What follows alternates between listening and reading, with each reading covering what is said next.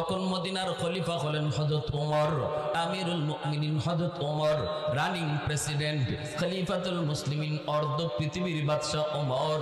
ওমরের ছেলে আর হলেন ইমাম হুসাইন।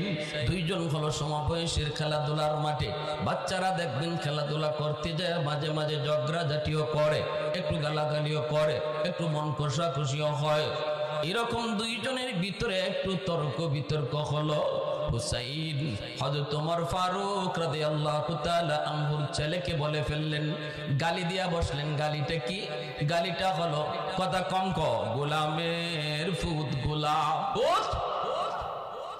গোলামের ফুত গোলাম যদি কেউ কয় তাহলে হেওই খালি গোলাম হয় না, তার বাপও গোলাম হয়ে যায়। ঠিক না?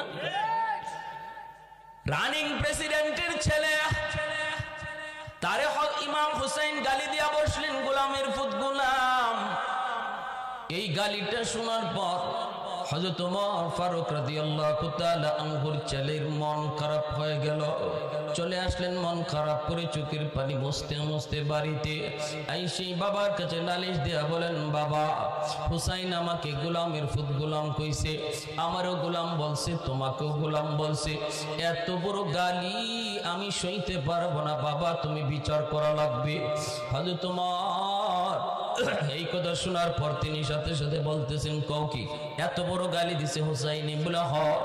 সাথে সাথে ওমর তিনি আলী রাদিয়াল্লাহু তাআলা আনহুর কাছে খবর পাঠালেন।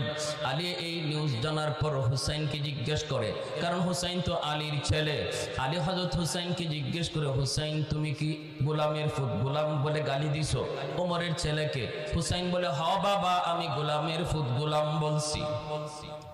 মুসলমান কখনো মিথ্যা কথা বলে? জোরে বলেন। শিশুদেরকে মিথ্যা কথা বলানো শিখাবেন না। শিশুদের কাছে আপনি নিজেও মিথ্যা বলবেন না, ঠিক না?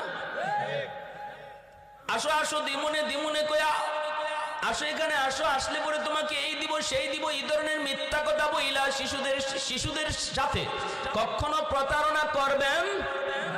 আল্লাহ নবী নিষেধ করেছেন। নইলে শিশুকালে সেই মিথ্যা কথা বলার, প্রতারণা করার পথ আসর তার দিলের ভিতরে পড়ে যাবে। কারণ মুসলমান সব করতে পারে কিন্তু মিথ্যা বলতে পারে না। এজন্যই তো নবীর সাহাবী বলেছিলেন, ইয়া রাসূলুল্লাহ, মুসলমান জিনা করতে পারেনি, নবী কই হয়ে যাইতে পারে, শয়তানের ধোঁকায় পড়ে করে ফেলতে পারে। নবী গো মুসলমান খুন খারাপি করতে পারেনি, হয়ে যেতে পারে। মুসলমান সুদ খাইতে পারেনি, আল্লাহর নবী কয় পারে। আরেকবার সাহাবী কয়, নবী গো মুসলমান মিথ্যা কথা বলতে পারেনি, নবী কয় অসম্ভব।